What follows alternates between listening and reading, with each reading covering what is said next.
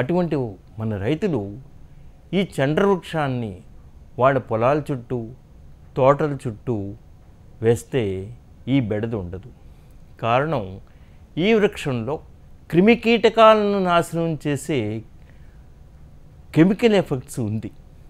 తప్పకుండా ఈ వాళ్ళు క్రిమికీటకాల బారి నుంచి ఈ చెట్టుల్ని పెంచడం వల్ల లబ్ధి పొందుతారు. అలా కొనాలంటే ఎన్నో వేలు ఖర్చు పెట్టవలసి వస్తుంది. కానీ ఈ వృక్షాలని నాటడం వల్ల అంత ఖర్చు ఏముండదు. చాలా తక్కువ ఖర్చుతోనే వీళ్ళు తమ పంటల్ని కాపాడుకోగలరు.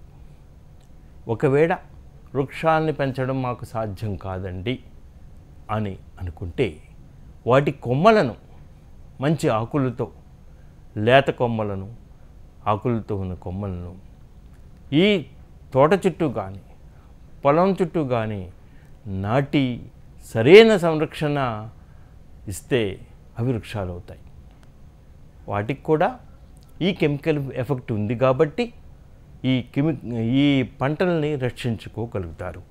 మరి మిగతా వారు ఏమిటి, వాడికి ఏమిటి లాభం అంటే, మిగతా వారికి ఈ సంట్ర చెట్టు లేకపోతే చండ్ర చెట్టుని పెంచడం వల్ల ఈ మృగశిర నక్షత్రంలో పుట్టి కుజదోషం ఉన్న వాళ్ళకి తప్పకుండా బ్రహ్మాండమైన రెమెడీగా పనిచేస్తుంది.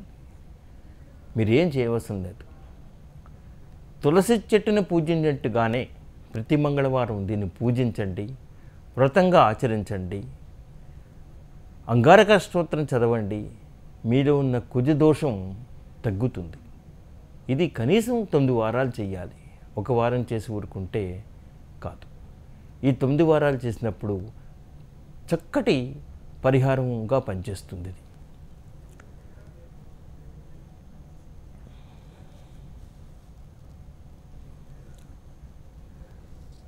మరి ఇంకెవరికి దీని ఉపయోగం?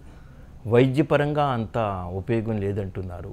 మరి ఏమైనా దీనివల్ల మనం ఉపయోగం పొందవచ్చా, లబ్ధి పొందవచ్చా అంటే తప్పకుండా.